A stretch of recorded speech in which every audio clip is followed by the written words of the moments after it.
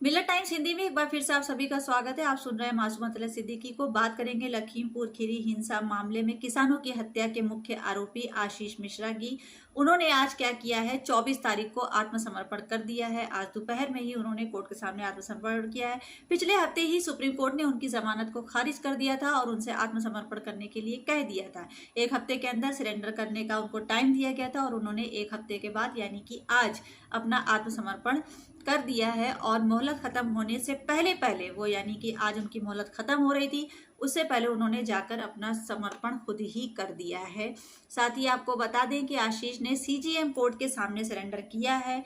उन्हें दोबारा जो है अब लखीमपुर खीरी जेल में जो है डाला जाएगा। जैसा कि सबको मालूम ही है कि ये मुख्य आरोपी हैं लखीमपुर खीरी में। इन्होंने बड़ी ही बेदर्दी से किसानों के ऊपर गाड़ियां चला दी थी, इसलिए इन्होंने काफी कुछ सोचकर अपना समर्पण जो है अब सीजीएम कोर्ट के सामने कर दिया है और इनको दोबारा जेल में डाला जाएगा।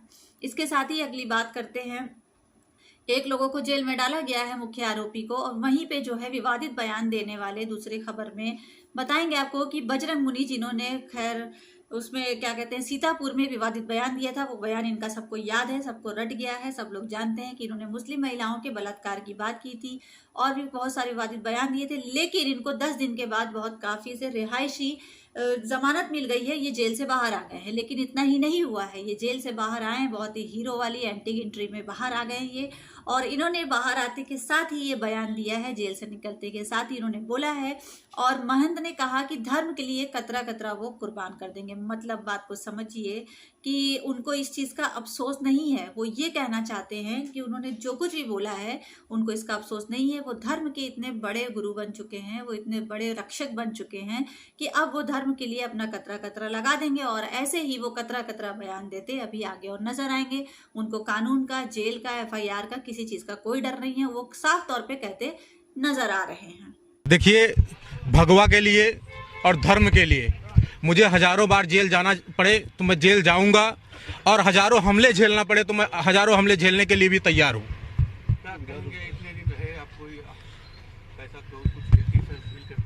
नहीं, कोई गिल्टी नहीं फील करते। हमने अपने धर्म के लिए कहा है और धर्म रक्षा अपनी महिलाओं के लिए कहा है, अपने धर्म के लिए कहा है। और धर्म के लिए मुझे कुछ भी करना पड़े, अपने प्राण भी त्यागना पड़े तो मैं तैयार हूँ। कोई पश्चाताप मुझे अब नहीं है, क्योंकि जो सजा मुझे पानी थी मैं सजा पा चुका हूँ।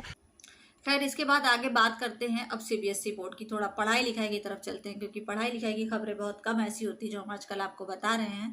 तो सब बात करेंगे, लेकिन उसमें भी आपको बताएंगे सीबीएसई की ने क्या किया है। सीबीएसई बोर्ड ने ये किया है कि मशहूर शायर फैज अहमद फैज के ऊपर इस बार प्रहार हो गया है। सीबीएसई की किताबों में छात्रों के मशहूर शायर फैज की नज़म पढ़ने को अब नहीं मिलेगी। यानी कि छात्रों के जो मशहूर शायर थे ये फैज अहमद फैज, अब इनको इनकी जो है नज़म, गज़ल, शायरी, जो कुछ भी इनकी किताब में लिखा है वो पढ़ने को नहीं मिलेगी। बीते गुरुवार को बोर्ड ने सत्र 2022-23 के लिए नया सिलेबस जारी कर दिया है। जारी किए गए आधिकारिक सिलेबस के अनुसार अब नए पाठ्यक्रम के 10वीं कक्षा की एनसीईआरटी की किताब से फैज अहमद फैज की 2 नज़मों को हटा दिया गया है। यह नज़म बीते 1 दशक से ज्यादा छात्रों को पढ़ाई जा रही थी, लेकिन अब सीबीएसई बोर्ड ने कुछ समझ के हटा दिया है और उसकी जगह पे कुछ नए सिलेबस को जोड़ा है। इसके साथ ही बात करते हैं, चलते हैं बिहार की बात करें तो बिहार पुलिस का एक दुर्दांत चेहरा बहुत ही सामने आया है। बिहार में जो है शराब की पाबंदी पर पुलिस वालों को शराब की पाबंदी लगी, वो तो अच्छी बात है, लेकिन पुलिस वालों को आतंकी बना देना शराब की खोज में, ये कोई अच्छी बात नहीं है। शराब खोजने पहुंचे पुलिस को शराब नहीं मिली। आपको बताते हैं, एक घर का मामला है, उसको सुनिएगा गौर से कि जब शराब को मामला ऐसा है कि उसको ढूंढने जब शराब पहुंची वहां पे पुलिस, तो घर में घुसकर जब उसको शराब नहीं मिलती है वहां पे खोजबीन में पुलिस को, तो वो क्या करते हैं कि वो घुसकर महिलाओं, बच्चियों और पुरुषों को न सिर्फ बुरी तरह से पीटते बल्कि वीडियो बनाने पर डिलीट करने के लिए भी मारते हैं। काफी मतलब विचलित कर देने वाला वीडियो है। मुजफ्फरनगर के साहिबगंज का मामला है, एफआईआर दर्ज हुई है और काफी वीडियो जो है विदारक है, मन को वो कर देने वाली है। इसको देखिए आप। कैमरा चालू है, घुसे दो ना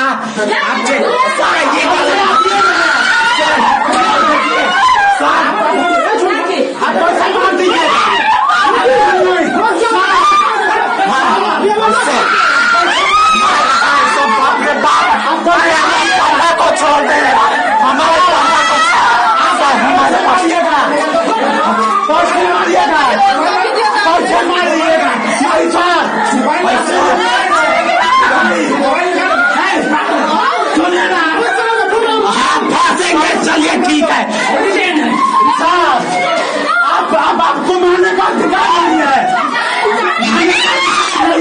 सर देखिए आपको मारने अरे बाप रे बाप, अरे मार का मुआ दिया, अरे बाप रे बाप, अरे मार का मुआ दिया रे, अरे बाप रे मार का पूरा मार दिया रे। जैसा कि देखा आपने वीडियो में किस तरह से पुलिस वाले बर्ताव कर रहे हैं, इसी को देखते हुए ट्विटर पर रितु जायसवाल लिखती हैं, वो ट्वीट करती हैं कि शराबबंदी के नाम पर जो तमाशा बिहार में चल रहा है इसे न्यायपालिका को संज्ञान में लेना चाहिए तथा इस तथाकथित शराबबंदी ने पुलिस व्यवस्था को वो मदमस्त हाथी बना दिया है जो कभी भी आपके अधिकार को कुचल देते हैं। बिहार को ड्राई स्टेट के नाम पर पुलिस स्टेट बना दिया गया है। तो ये बिहार का मामला था जो आपने देखा। इसके साथ ही बात करेंगे एक साउथ इंडिया की चर्चित मोटिवेशनल स्पीकर सबरीमाला की। सबरीमाला जी ने जो है अभी इस्लाम कबूल कर लिया है और अभी वो जो है मक्का मुनव्वरा में उम्रा करने गई हैं।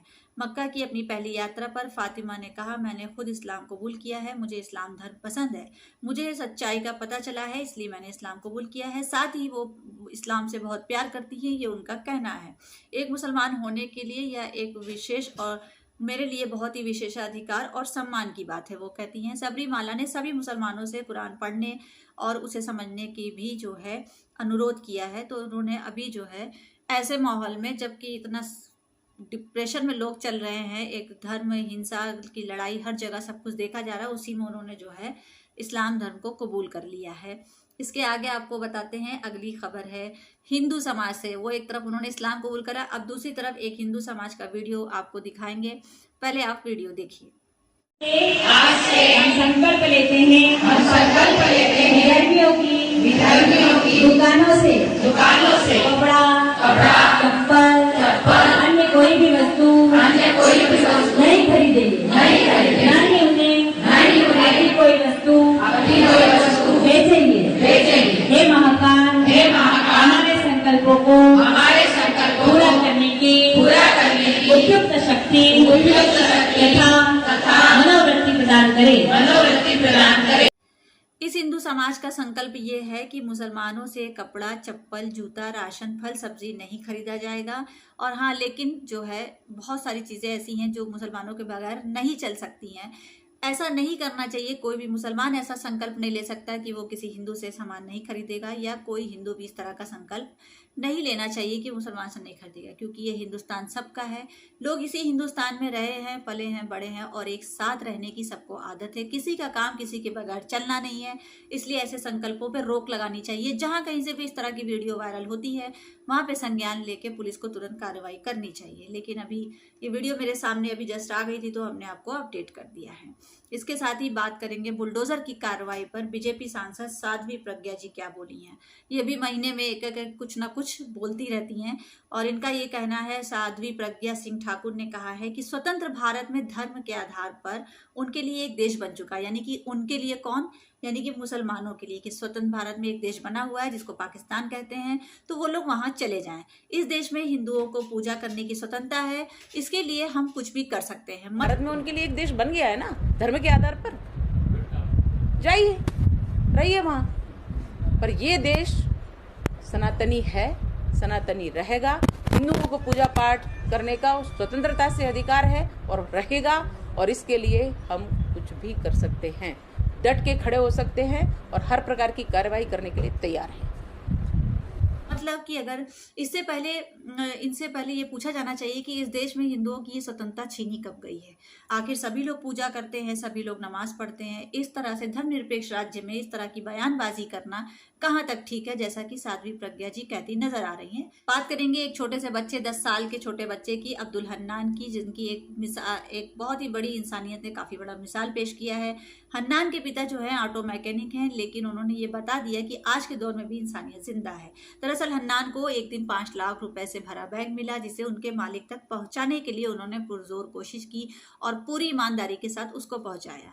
नवभारत टाइम्स की खबर के मुताबिक अब्दुल हन्नान को 5 लाख रुपए से भरा बैग मिला। सड़क पर गिरे बैग को उठाकर वो उसके मालिक तक पहुंचने के लिए ऑटो के पीछे दौड़ते हैं, लेकिन वो सफल नहीं हो पाते हैं। फिर वो अपनी माँ के पास जाते हैं और अपनी माँ के पास जाकर फिर उसी जगह पर आते हैं जहां से उनको बैग मिला था। तभी क्या होता है कि बैग को ढूंढते हुए मालिक जो है हैरान परेशान उसी जगह पर पहुंचता है और वहां खोजबीन करने के बाद अब्दुल हन्नान वो बैग उनको दे देते हैं, जिसकी बहुत ही सराहना हो रही है।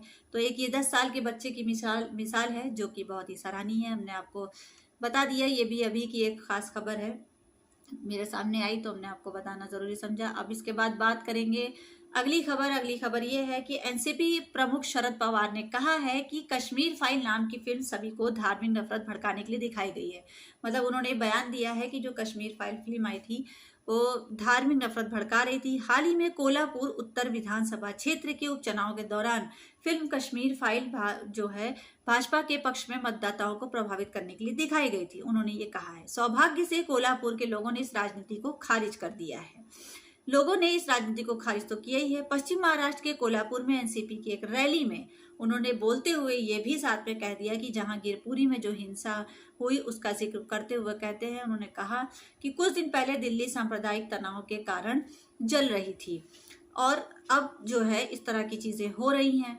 दिल्ली राज्य जो है अरविंद केजरीवाल द्वारा नियंत्रित है, लेकिन इसकी जो पुलिस है वो अमित शाह द्वारा नियंत्रित केंद्रीय गृह मंत्रालय के अधीन आती है।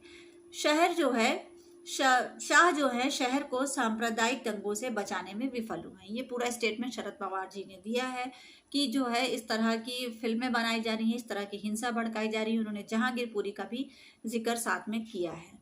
तो ये सारी अभी की बिल्कुल अपडेट खबरें थी जो हमने आपको बताया है। अभी के लिए इतना ही। खैर, आपने सुना सारी खबरों को। जाते जाते बस इतना ही कहना है कि ज़्यादा से ज़्यादा इस मिलत टाइम्स हिंदी को जो है सब्सक्राइब करिए, इसमें अपना सहयोग दीजिए। कमेंट्स बॉक्स में ज़रूर बताइएगा कि आपको खबरें कैसी लगती हैं और ज़्यादा से ज़्यादा इसे शेयर करिए, लाइक करिए और बेल आइकन दबाना मत भूलिएगा। जय हिंद, जय भारत। मिलत टाइम्स को आपकी ज़रूरत है, हमारी आप माली मदद करें।